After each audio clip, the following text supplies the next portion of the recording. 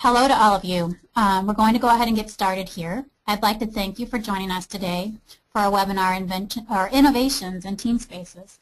I am Janet Nelson, Director of Library Markets for Demco, and I will be moderating today's session.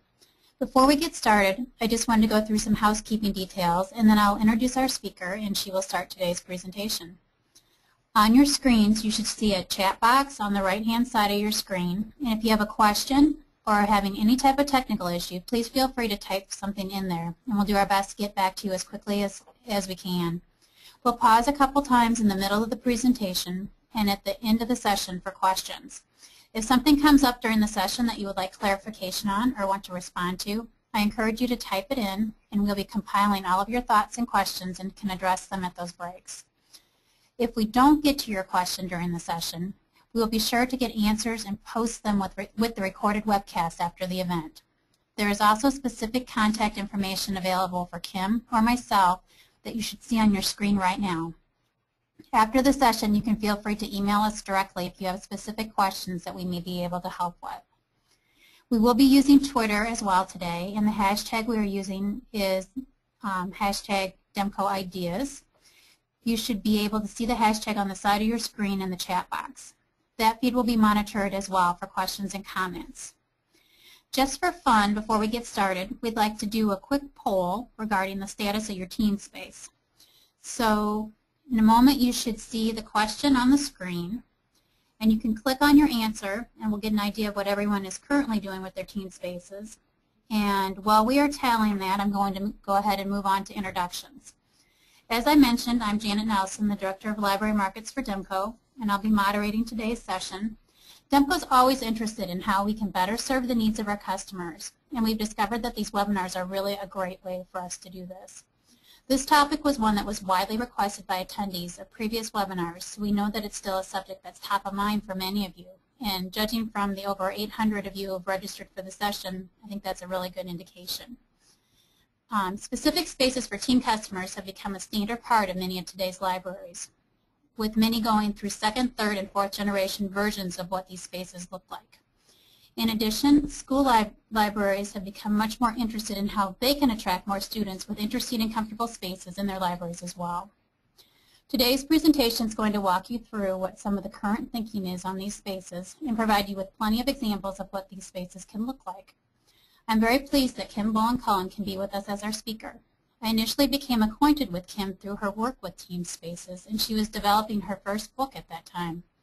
Kim is an experienced librarian, consultant, and author with a broad background in libraries. She is the principal consultant of Kimberly Bowen & Associates, LLC, a consulting firm based outside of Indianapolis, Indiana. Kim has consulted with hundreds of public, school, and academic libraries in the U.S. and abroad, specializing in facilities planning and design and 21st century library services. Her clients range from small rural libraries to large urban facilities and everything in between. Kim is a Library Journal recognized mover and shaker, has published 3 books and numerous articles, and is a frequent speaker at state and national conferences.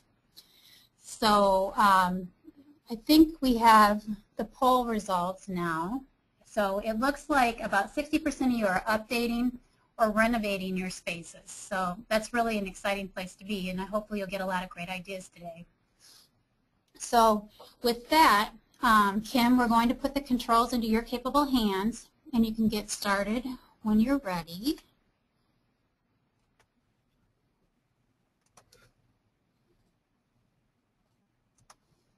Okay, so you should see Kim's screen now, and we'll get rolling. Right? Let me just make sure we can get the screen going here. You don't want to see my wedding picture, I'm sure.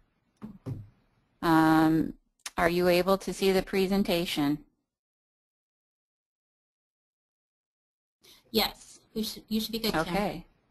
Excellent. Thanks, Janet. We'll talk to you in a few on the first question break. Well, welcome everyone. I'm excited to be here again. We've done, this is my 3rd webinar for Demco over the last several months, and lots of exciting things to share with you today.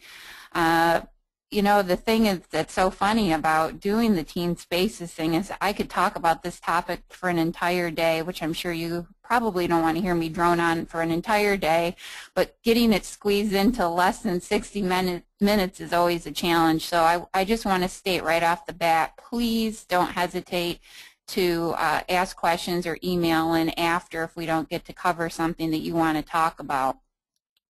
I do want to start today, too, to give everyone on the webinar kind of an overview of my background, because I want to make sure that you know that I understand that when we're talking teen space, we're talking public library space for sure, because that's mostly when we think of teen space, we think of public libraries.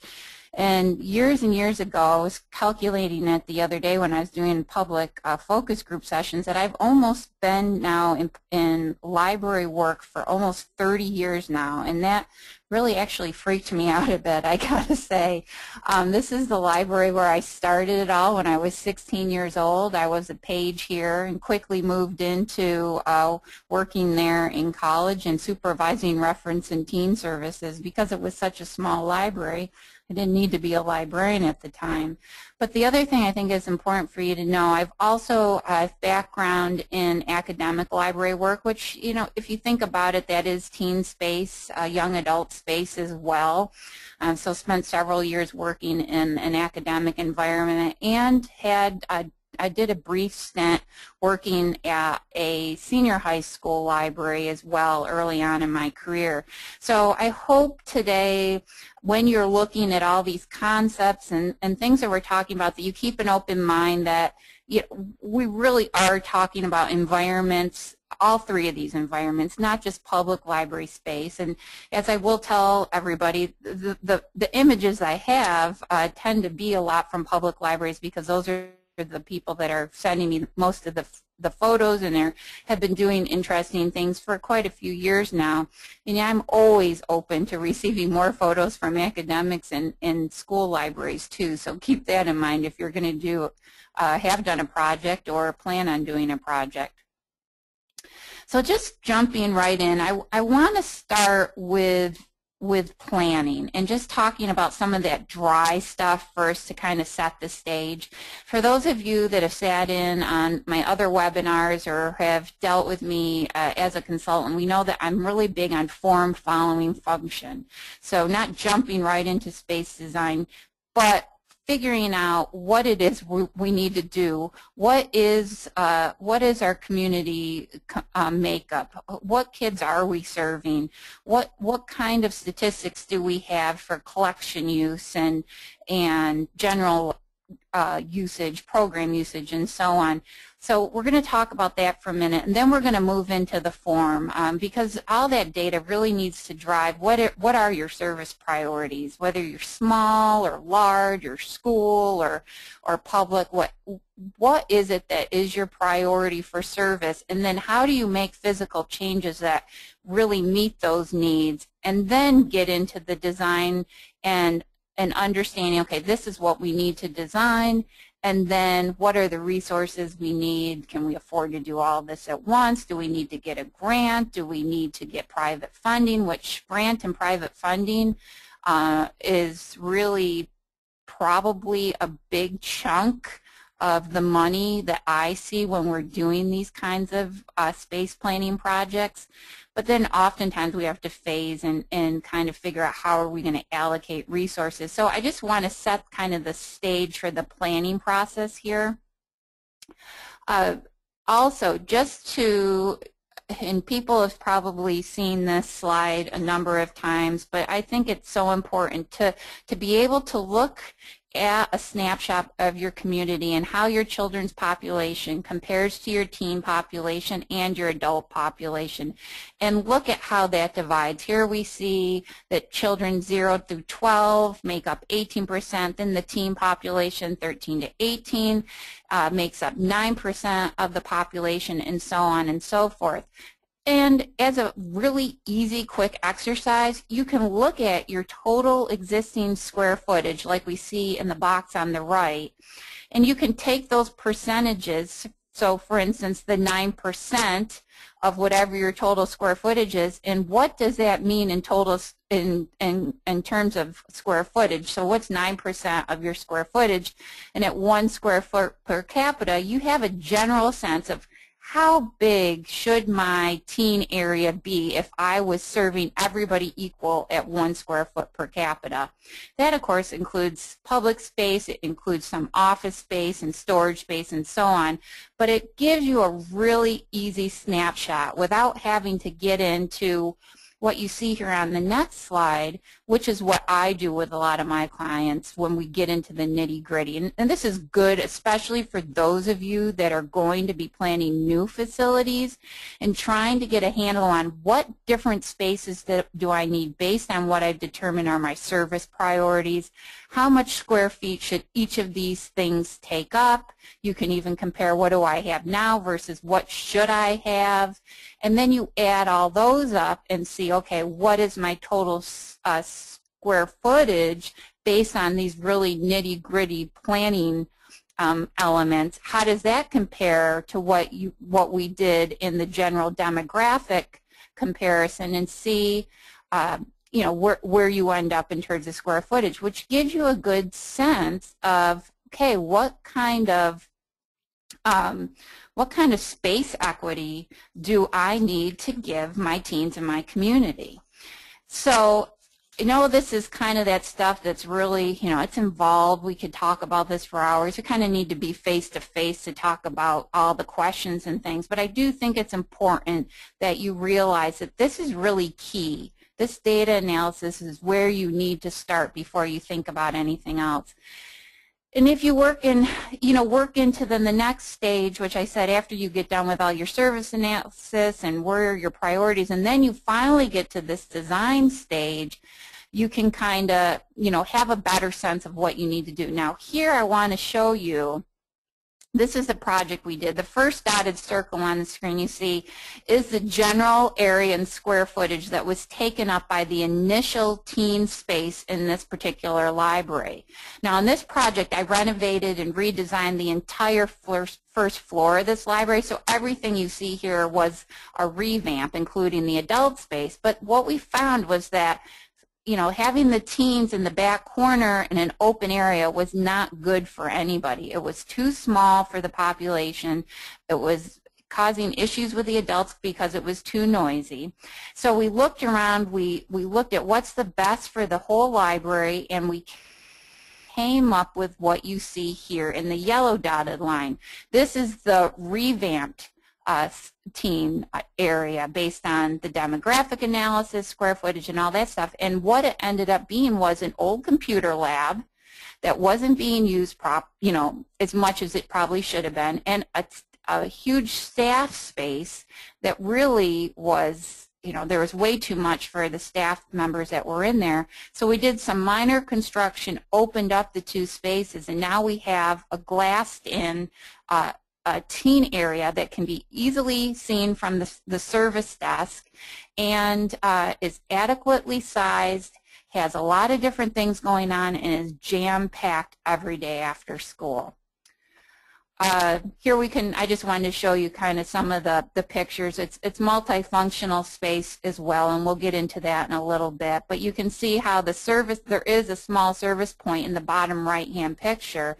That is for the teen librarian, and that straddles both sides of the teen area, one side being a more academic study area, the other side being kind of more of a interactive, social space. You can see by the computer or the video games in the upper picture, some of the collaborative spaces down in the lower hand picture, and so on.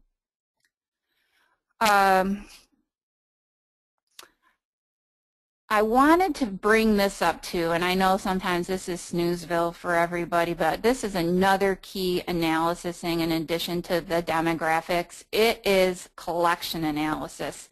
And for those of you who know me and or have worked with me, I am huge on regularly doing collection analysis to see how is my collection performing, where do I need to weed, where do I need to stop spending money and reallocate money elsewhere, et cetera, et cetera. So here's just a quick snapshot of a study that I do. This is the format that I use with my clients. It essentially shows you first column, how many items do I have, second column, how much have they circulated, third column, what's the turnover rate, and it just allows you to see what's happening with the collection. And then all the things in green are basically what I then go in and I recommend, okay, this is what your collection size should be increased to or weeded down to based on activity and need and so on and so forth. So this is a pretty big deal. I've shared this kind of a simpler version of this analysis with Janet so she can pass that along to you guys after the webinar. But this might be something, too, that you might want to follow up with us about because it can get a little bit detailed. But if you do this, I say even every 6 months, definitely do it at the beginning of your project. Look at what you need for collection space because right now, guaranteed, a lot of you probably have a lot of valuable real estate in your library being taken up by shelving with books that aren't circulating. And that is a big thing, especially for you small libraries who are struggling with where do we put stuff. We're packed to the gills. We don't, you know, we can't create spaces. Or school libraries where we need to do more collaboration space, but we have so much collection. And how do we transition that?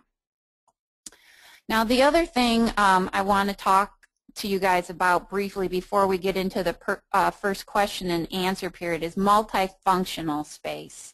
Okay, so once we get all this analysis done, we then go into service priorities. What do we need to do? Where are our priorities for our public library, school library, academic library? How do we divide up space? How many floors are we looking at? Do we have a multi-level teen space? Do we have a one-floor teen space? Is it tiny? You know, what is it? What do we want to focus on? And what would really be beneficial to our kids and to our mission? So here you just see a simple, what's called a bubble diagram. And it just lets you start playing around with different concepts and how you could lay out the space. So you see collection space, you see a collaborative computing space, you see, you know, just different areas for different purposes and how they could be tied together and be laid out in, and then moving into that next phase, which would be your floor plan phase. But this is a good tool, too. If you're working with a designer or an architect and you need to relay to them a visual concept, because they're visual people. We as librarians tend to be more verbal. So if you can at least translate it this way and start a process with them how you want to create the space and what you're thinking, this is an awesome, simple tool to put together. Now, when we talk multifunctional space as well as space equity, here's a few examples that kind of tie it all together. So here's another project that I worked on. Upper left-hand corner, it's just a couple shelves of teen area plopped in the middle of a children's room. You know, not a best practice at all. I mean, shelving isn't, I mean, the collection's there, but there's nothing else, and especially for teens, they don't want to be in a children's room. So after doing all the analysis, like we just talked about, looking at all the service priorities, we went and we transformed the lower level of their Carnegie building that was currently storage and some staff area. We made that into, with some minor construction, into a multifunctional teen space, which is what you see in the floor plan. We have an area on the left-hand side of the space that's more their active kind of social space. We have some collaboration, more study space on the right-hand side. And we have a small study room that can be used for digital creativity with a portable green screen. It has a whiteboard wall in it, so it can be used for small group studying, meetings.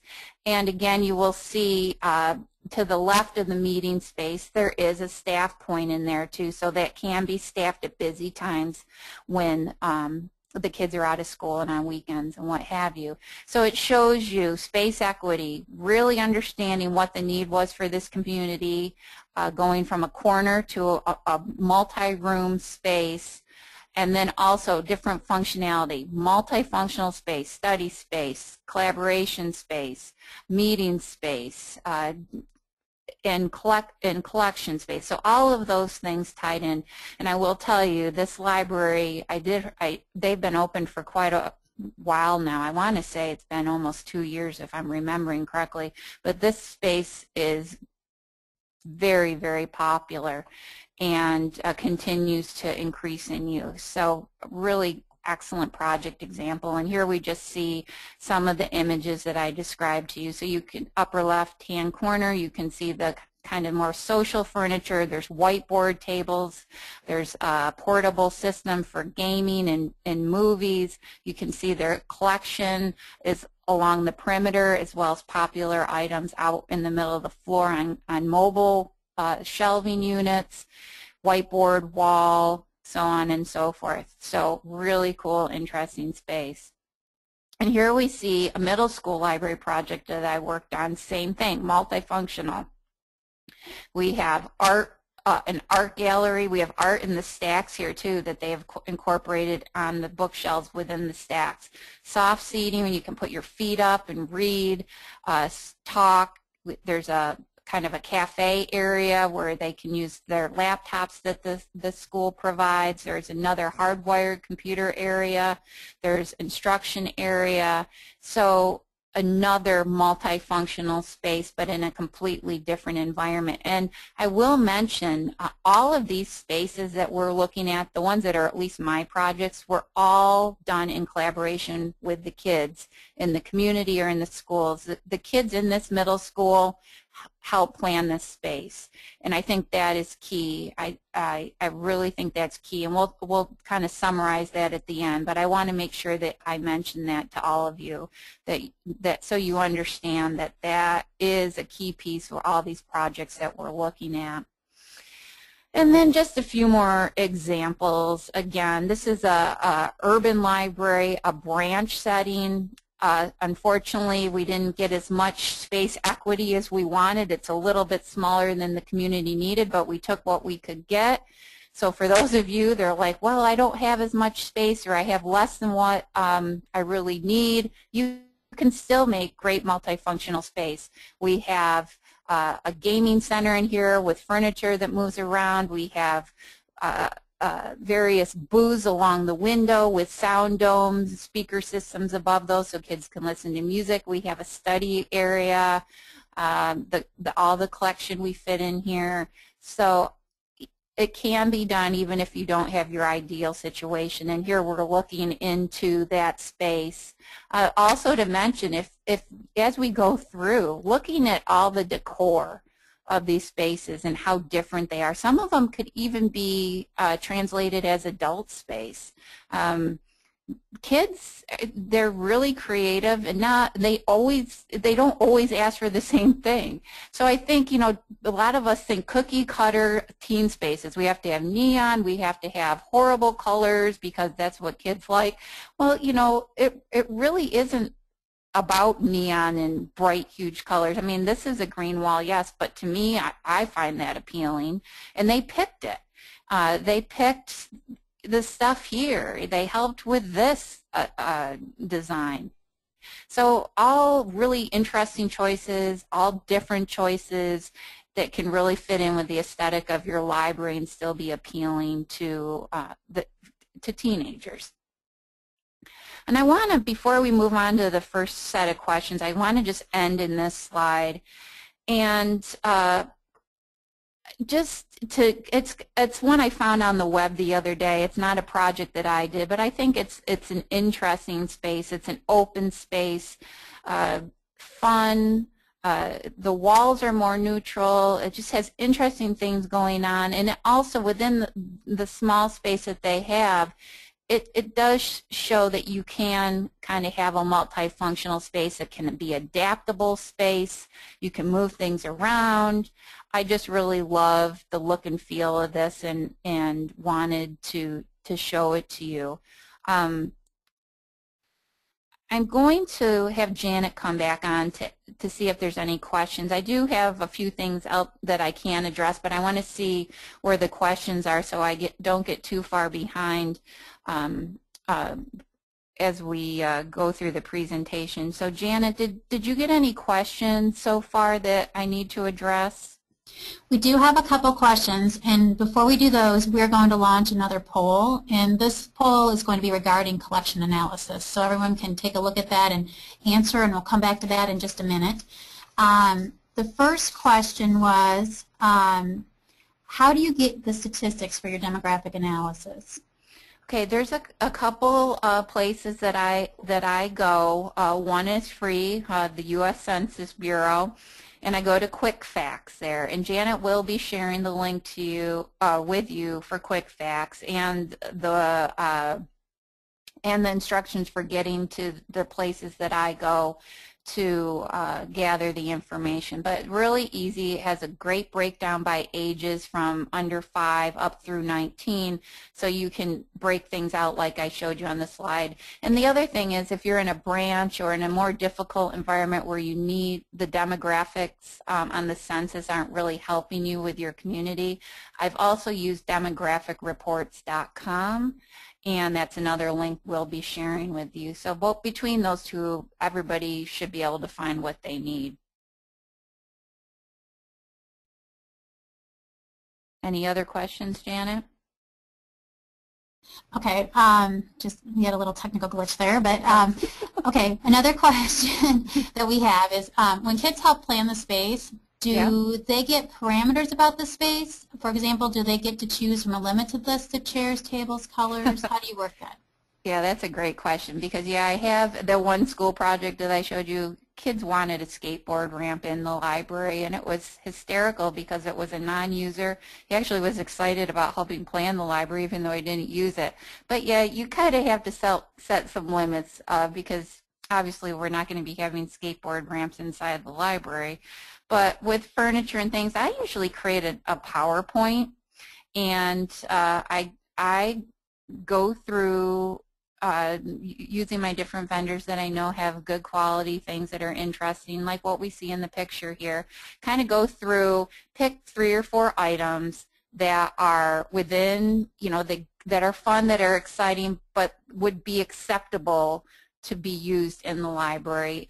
And I usually do like a little worksheet with it, and we go through the PowerPoint and they check off, okay, what do you prefer, item A, B, C, D, and we label all the furniture, and they just check, okay, we like B, and then you can tally it. You can even have one of the kids tally them for you when you're all done, and you can just kind of get a sense of where they stand. But yeah, it's helpful because then you don't set up their expectations that they can get anything. A, maybe you can't, something you can't afford, or B, something that, you know, you look at it and you're just not going to be cool with that choice, and you don't want to have them go to all the effort and excitement of picking something, then they're just going to be denied what they've asked for. So yeah, definitely. And if any of you are interested, I can certainly share with Jan an example of the PowerPoints that I've done on projects so you can see how I would set it up, and then you can just,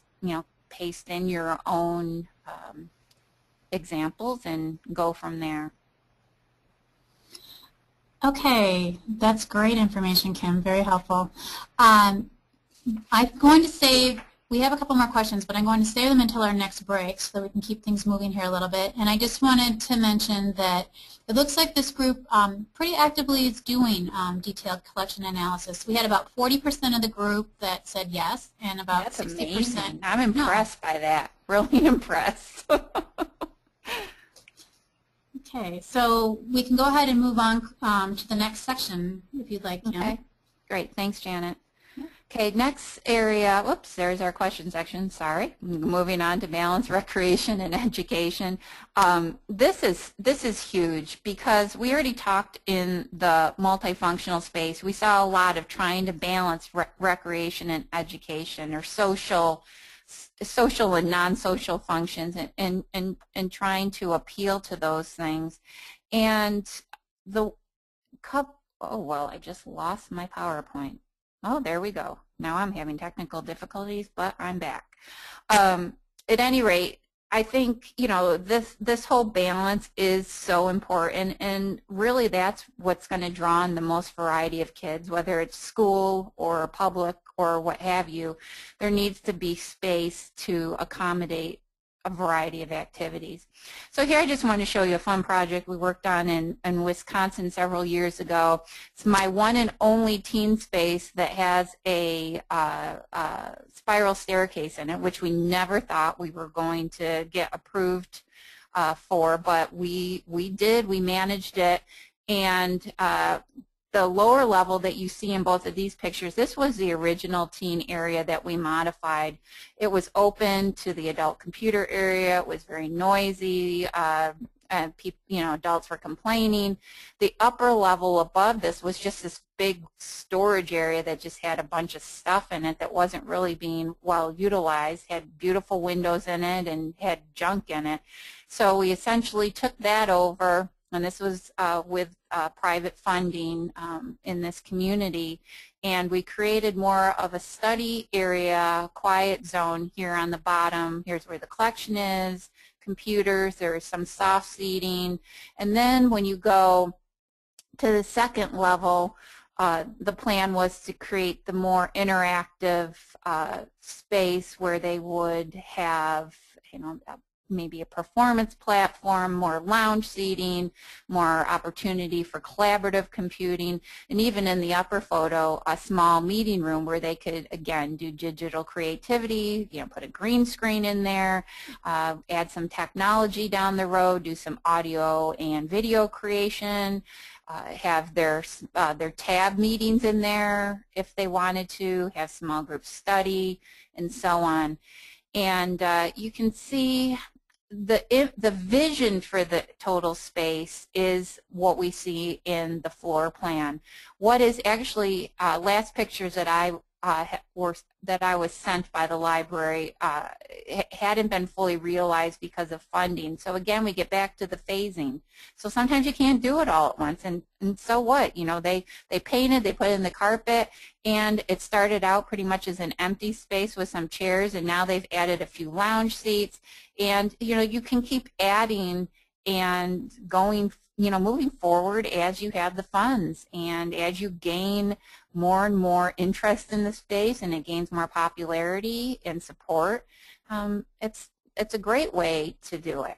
So very fun space, love it, great project, good examples of many things. Here I want to just talk about some of the things that you can do that don't take up a lot of space, that can bring in education and recreation. Here you have on the left, it's just a portable little staging system where they give music performances or acting or something program related.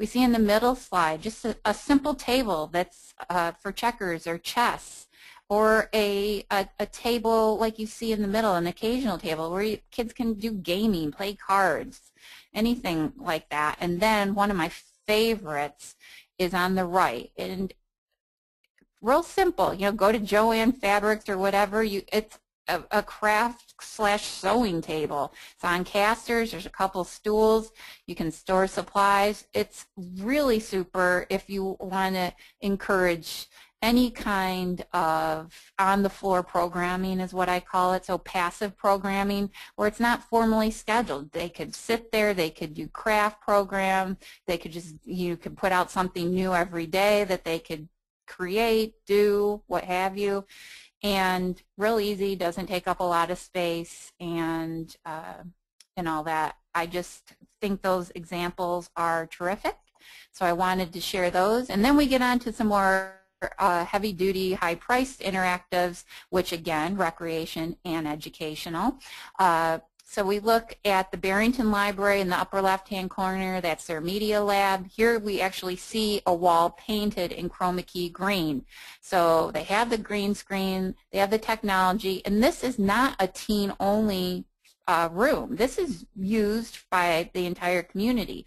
So for those of you that are smaller, going into creating a teen-friendly library, you don't have to have a huge teen space, because adults want the same thing that the teenagers want. Essentially, they want the comfort, they want the good technology, they want the attractive environment, the easy-to-use library, and if you can create that teen-only environment and have things like this that are used by all ages that are also very appealing to teens, what a great thing to do. We see a school district example on the right-hand side, where you can see a smaller version of their kind of digital creativity space, and then we see UMedia in Chicago, phenomenal teen space, and we can see the inside of their sound booth.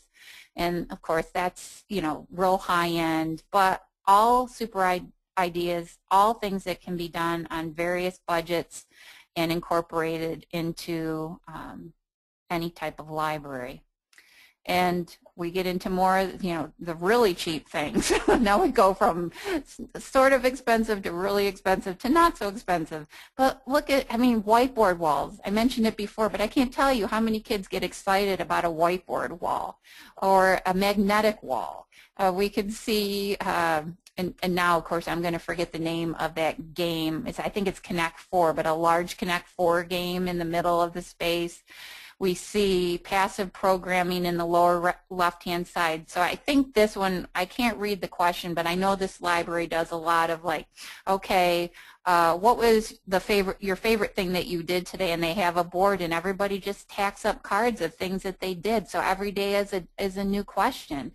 Really simple, doesn't cost a thing, but a little staff time to get that going, and kids can participate as they want. And then we get, again, to the more expensive stuff at the bottom with video gaming, the TV screens, you know, movie nights and all that stuff, and all the technology that goes with that. But again, that can be done at different price points as well. Now this is the cool stuff. I have to bring this up because I'm intrigued by this, and more people have contacted me recently about their interest level, but more of that kind of interactive technology where, you know, you see the boys in the upper left-hand corner, they're playing motion-activated soccer, motion-activated chess on the right. Great websites out there. I don't have a lot of time to talk about it, but still, if you have a facility where this could be something, if you're doing something new, you have a bigger facility, this might be something to include in the iplay.info link at the bottom. I just added that on the other day, and have a lot of really cool things, even for your children's areas, so definitely check those out. Okay, so onward to the next topic. We're going to talk about collaboration. And collaboration has been a key thing for a couple years now. Everybody's talking about it. We, you know, look at UMedia again. We see collaboration in a very casual sense. Kids just getting together on furniture. They're working on their laptops, you know, conversing about, you know, maybe schoolwork or something else, their Facebook page, whatever it is. But collaboration comes in many shapes and sizes, and essentially what I want you to think about is just making your space, whether it's a teen space or just your overall library, making it welcome to collaboration and working together, and not just being a quiet, shushing space. And we look at more formalized approaches to collaboration, which I love. I mean, and this can be done at many price points as well. You could do something a little bit more fixed and expensive, like the tech booths we see in the upper left-hand corner with the interactive screens at the end, where you can plug in laptops, and people can just kind of work around one table together and share, and And then we see something that's a little lower tech but still collaborative, a screening system at like the bottom right-hand corner where you can just sit together. You can study, you could tutoring. This is a great concept if you need space for tutors where kids don't feel that they're being stared at constantly and they have some sense of privacy. And there's so many screening systems out there right now, not just like the ones we see in this picture, but whiteboard wall systems that you can kind of put up, things that can be moved around that aren't permanent, I think are phenomenal solutions. And I want to say probably the image on the bottom right here is one of the most popular images I show when I talk to people about space planning. They love that concept of the semi-private space. Then, of course, if you have a little bit more room and a little bit more money, you can do this separate small group meeting room like we saw in a couple of the other examples previously with the whiteboard wall or what have you. You can extend some of the collaboration into technology. As we've seen, so many products out there on the market. We have the Mediascape product from Steelcase. We have T1 Visions that so many vendors now are incorporating into their furniture systems, like a Gotti is incorporating that into their furniture systems, and Binford. Sometimes, I mean, this can create the space all on its own. So you have the space and the technology and the seating and all that all in one shot. So great examples of options for collaboration space if you have the budget and you're kind of looking forward into the future. I'm throwing this up there. This has been a little controversial, whether people like it or not, and I'm not really sure what I think yet. I posted this on my blog a few days ago, but a friend showed this to me on a project a few weeks ago, and I was intrigued because I think iPads in libraries are phenomenal. I know many people that have been doing this in their children's spaces and their libraries in general for a while now, but I thought that incorporating it into the furniture was an interesting concept, but more of a fun slide. But I think more to point is just understanding that you need to look outside of just standard hardwired computers that we've always looked at. Look at different technologies and how you can incorporate them in. And things like this are space savers, and they can be locked down so they're not stolen. I mean, even circulating laptops, which have been, libraries have been doing for years now. So think about options to that when you're thinking about flexibility, how to keep that space flexible into the future when you're limited potentially on space. All of those are important things to keep in mind. So now we've covered what we, as I go back here and look through my notes, recreation and education, and we talked about collaboration, and and I guess that's where we are now after collaboration.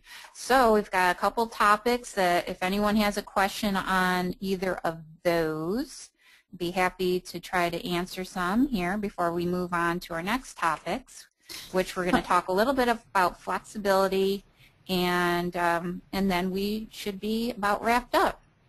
So Janet, any more questions? We do. We have a lot of questions coming in. Ooh. So just so everyone knows, we will not be able to most likely get to all of them before we finish the session today, but we will have a full Q&A log that will be available probably midweek next week.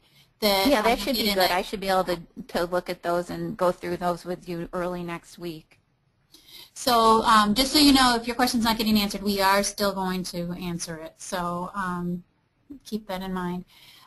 So we are going to do one more poll before we go into the rest of the questions. So this one would be, which of the following would you consider adding to your library space? So just trying to get an idea of how people are feeling about some of the different options. Now, some of the questions, small space obviously is a big question on the top of mind for people.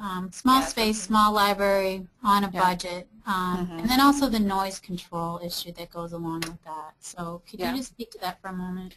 Well, let's talk about small space first. So let's go back to what I said. And it depends. I mean, if we're talking small space public library, which I'm guessing, because usually if you have a small school library, you still have a decent amount of space to do things with if you plan it properly. So I don't know if they mentioned what library they were in, but I'm just going to make an assumption here and talk about small space for public library. So let's go back to that brief comment that I made about keeping your entire library teen friendly. And there's something I've learned over the last several years after going through 2 books and writing 2 books and helping numerous people with this, is I've learned that putting in a couple chairs, lounge chairs, and a bookshelf is really not going to do you, it's not going to make a big impact. It's something that's not probably worth your money and the effort to try to squeeze in a little tiny space that's not going to accommodate your user population. It's not going to help you grow users. So what I've been encouraging people to do, and I'm working with a library right now where we're doing it, we're making their library teen friendly, because as I said, adults want the same thing. They want comfort. They want something that's attractive and warm and inviting. They want the technology.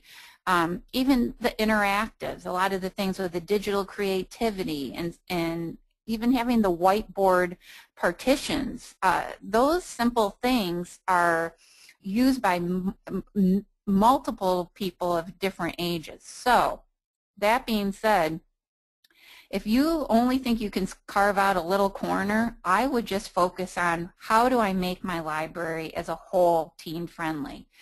And take these concepts and look at them in relationship to adults and what adults want too. Because I'm telling you right now, when I talk to adults in focus groups and I talk to teens in focus groups, they're all saying they want the same thing. So I think that's a big concept and something that I might need to talk to some of you about in more detail. But really, don't waste time, money, and energy just trying to plop in 2 chairs and bookshelf. And also, a few other clients have taken their meeting room space and created multifunctional meeting or teen area space, like after school. So they've turned their meeting room into a teen area after school and certain hours of the week or what have you that works with the library as a whole. So that's another really interesting thing that you guys, if you're out there struggling with what to do, thinking about the converting the meeting room space after school hours and so on. And Janet, the second part of that question was the sound. Is that correct? So sound. Yes, how to manage the sound, Yeah. especially when you're dealing with a small space. Let me just move on to flexibility here, and I can help you kind of see some images. So flexibility, but also these screening systems that I've been showing you, some of these have nice sound baffling qualities, like the one you see in the upper corner. Even though it doesn't seem like much, it still can help. And by carpeting the space and having seating in there that can absorb sound, some of that stuff is going to be very helpful. But I showed a couple images earlier of some temporary, I shouldn't say temporary, but some wall systems that we've used that aren't solid walls, but we have put up that really help block and deaden the sound. You can also do things with baffling on the ceiling. And when you go to my Flickr site, you'll see examples of that there. So something that you can hang from the ceiling that will help deaden sound if you're working on an older space. We've also positioned shelving in a way that helps with open space and deaden sound and help prevent it from traveling into spaces you don't want it to. Obviously, the best thing you could do is close off the space like we did in the one example I showed you where we took over the staff area in the computer lab. But if you can't do that, there are other ways, and there's a ton of product out there and a ton of things that you can do. And again, we can follow up directly. If I know your situation a little better, know what you're trying to create, I can give you better solutions that are more pinpointed to what you're trying to do. I'm going to just keep moving right into flexibility here so we have a few minutes for questions at the end. But I just wanted to show you, this is an example of an academic library that we just finished up. This was just one small area of the library, and this was their, in terms of multifunctional space, this was their collaboration space that we created. We did it all through furniture, different types of furniture, screening systems. So they created little pockets and nooks where people can interact with each other in different ways. We have on the top image, you'll see there's tables and chairs that can be moved around. There's 2 tables there. They could even be pushed together to form a larger table. There's whiteboard screens. I've even been in this library where people had pulled the whiteboard screens around the table to create more of a private space. We have the other screening systems, that the gray ones that you see, that those can be moved around and taken anywhere in the room. They're pretty lightweight. We have whiteboard tables. So just lots of comfortable furniture that can be everything in here, with the exception, I think, of the there's couches against the window. Those are a little too heavy because we wanted to make a space for, I think we can sit 8 people at those. They're really long benches. So those are the only thing that really can't be moved around too easily. Everything else can be dragged around, and they encourage them to do it. There's even personal tables. So instead of those the chairs with the built-in tables, which I'm really not a big fan of because I've seen so many of them break and very soon after they've been purchased, because they take wear and tear. I mean, people sit on them, and so I say go to a personal table. It's a separate table. You see a couple examples here in the slide, one on the left and one in the image in the top picture. Those you can move anywhere. They're sturdier. You can pull them up to any kind of a chair. They have enough room for a laptop, some work papers, what have you. So great solutions for that kind of flexibility. Also, and I'm having more technical problems, but I just wanted to point this out as well. When the last question about sound baffling, this is a project we're working on right now. And they used to have this really tiny teen corner. It was open to everybody. Everybody could hear everything. It was, not the ideal situation. But we wanted to keep the space flexible for the whole library. So what we're doing in the purple circle is we're putting up what's called a dirt wall system. It's DIRTT. And it's essentially a wall system that it's demountable walls, which they could be moved. It's not drywalled. It's not construction. It's not like you're going to be able to move it tomorrow with just yourself and one other staff person, but it's providing some sound baffling. It can be relocated somewhere else in the building as things change. 5 years down the road, they're totally needing to expand the space, change it around. It can be reused anywhere without having to demolition any walls or any of that. So a really good flexible choice. Not always the most inexpensive thing, so keep that in mind. And here I just show you a couple systems. I can send you, there's numerous vendors out there that do it, but you can see it can be any type of material. It's a really cool system if you can get it in the budget. And there's always the garage door approach, which I love. Only teen space I've seen with a garage door in it. I love it because it can open up the space to the outside, but when the teens are being noisy, then they can close it and it keeps the noise in. But I thought a really creative solution that I wanted to share. And here's another school library. This is something that I was really excited about. You see the before pictures, just a bunch of locker storage in this area.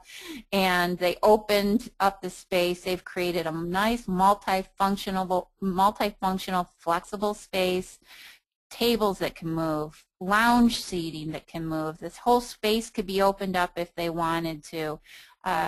Not a lot of things that are permanent here, with the exception of the wall where the computers are. But again, that could, that counter could be a study counter in the future. It could become a laptop counter. It doesn't necessarily have to have hardwired computers on it. So it's powered, so it has maximum flexibility for whatever technology comes or whatever it needs to serve as. But a really cool space that was done on a decent, a fairly small budget, conservative budget, and I think they did a wonderful job on it. Other things in flexibility sometimes we don't think about that I just wanted to kind of bring to your attention. I mean, even artwork. Now, who says we all have to paint murals or paint something permanent to create a user-friendly kind of warm environment? I love the fact that these are kind of a mural hung as artwork to create the space. So, they could be moved anytime. And a lot of times people think of flexibility, they think of furniture on casters. That's not the only thing that makes something flexible, but in the lower picture we see a school library where the tables are on lockable casters. Everything in this space really easy to move. You can clear the space out. So it's another good example, shows you one other type of flexibility, but lots of things to be considered when you think flexibility in a space.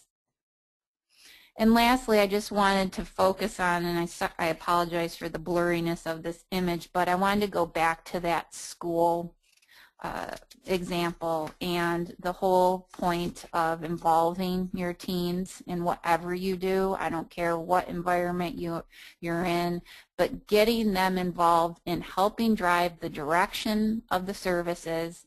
And then once you figure out what the services need to be, then you get them involved in the space planning, get them involved in picking out furnishings. And the school here that I'm showing, I mean, the title that we see on the slide, "Oh my gosh, they listen," that was the title of in their school newspaper of an article that this girl wrote after they opened the school library, because they could not believe that the adult actually asked them and listened to them in designing their school library. And I think that says a lot. This can be a great educational experience for kids. It can get a lot of different age groups working together, a lot of different social groups working together.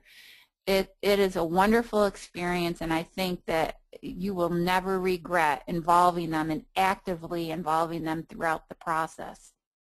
So I wanted to give that one more plug before we end today. So Janet, a few more minutes. Any more questions that you want to throw out before we call it quits? Yeah, I'm just going to give you one more question before we wrap up. And this one has to do, actually there's a couple of different people asking this in a few different ways, but how do you keep the adults or the homeless population or the separation between tween and teens, how do you maintain the teen area as a space for teens? Okay, well, there's a couple different things going on in there. So if you sat in on my children's space presentation, you'll know how you effectively take care of tweens. And what I consider a tween is anyone 9 through 12 years old, and that can be effectively handled in designing a good 21st century children's space. In regard to homeless and adults, if you have a separate teen area and you have concerns about, I guess, creepy people or just, I don't know, just safety and security issues, I do have clients that have teen-only areas. And that usually is for a safety and security reason. So you can't go in the space unless you're accompanied by a teenager, and usually staff people go in and get the collections for people if someone needs something, a collection item, out of the teen area. So, I mean, it's a pretty complicated thing. I guess those are my simplest two answers in regards to the different types of groups. But not everybody does teen-only areas too. I guess it just depends in regard to homeless and adult people, that is. I mean, how big of a security issue is it? And, you know, a lot of clients also open up the computers to adults during the day when the kids are in school. So if you have computers in a teen area, they let the adults use them, and then at a certain time it becomes teen-only space. Thanks for that insight, Kim. That's really helpful as a way to handle that. Okay, we are running out of time, so we're going to go ahead and wrap things up now. Kim, thank you so much for your insight and for sharing some of the tips on things that we can do with teen spaces to better meet the needs of this diverse group of customers. We hope that everyone was able to take away a few things to try in your libraries, and there was some great discussion today, and we appreciate you all sharing your time with us. You'll be receiving an email follow-up to this presentation in a couple of days, and that email will include a link to this webcast. So if you missed something or just wanted to review it, you can go back and refresh yourself on some of these topics or share it with your colleagues. We'll also get any unanswered questions documented and get those answers out to you. There were some resources that Kim discussed. Those will be available as well. So you can look for that next week. In addition, the first email that you receive will include a survey to let you know how we did today. Please take a moment to fill that out. We'd love your feedback so that we can make these sessions even better in the future. Feel free to comment on other topics that you would like more information on or speakers that you'd like to hear from so we can consider building those into our schedule going forward. We've received some really great feedback from our previous webinars, and we're hoping to use that in our future programming. So again, thank you for joining us today. We do have additional webinars coming up on April 10th. Pam Schiller and Sue McLeaf-Nispeka will be presenting 7 Days, 7 Ways, integrating early literacy into daily routines. This program will focus on implementing a successful early literacy outreach program. Then Kathy Hakala-Oskirk will be back on May 15th presenting Marketing for Everyone. This program will discuss how everyone in your library can contribute to the marketing effort in your library, making it more user-friendly and increasing the impact of your programs and services. So you can go to the Demco website to register for these programs, and we hope that you will consider joining us. Additional webinars will be announced as the schedule is developed. So again, so glad you joined us today and hope you have a wonderful afternoon. Thank you.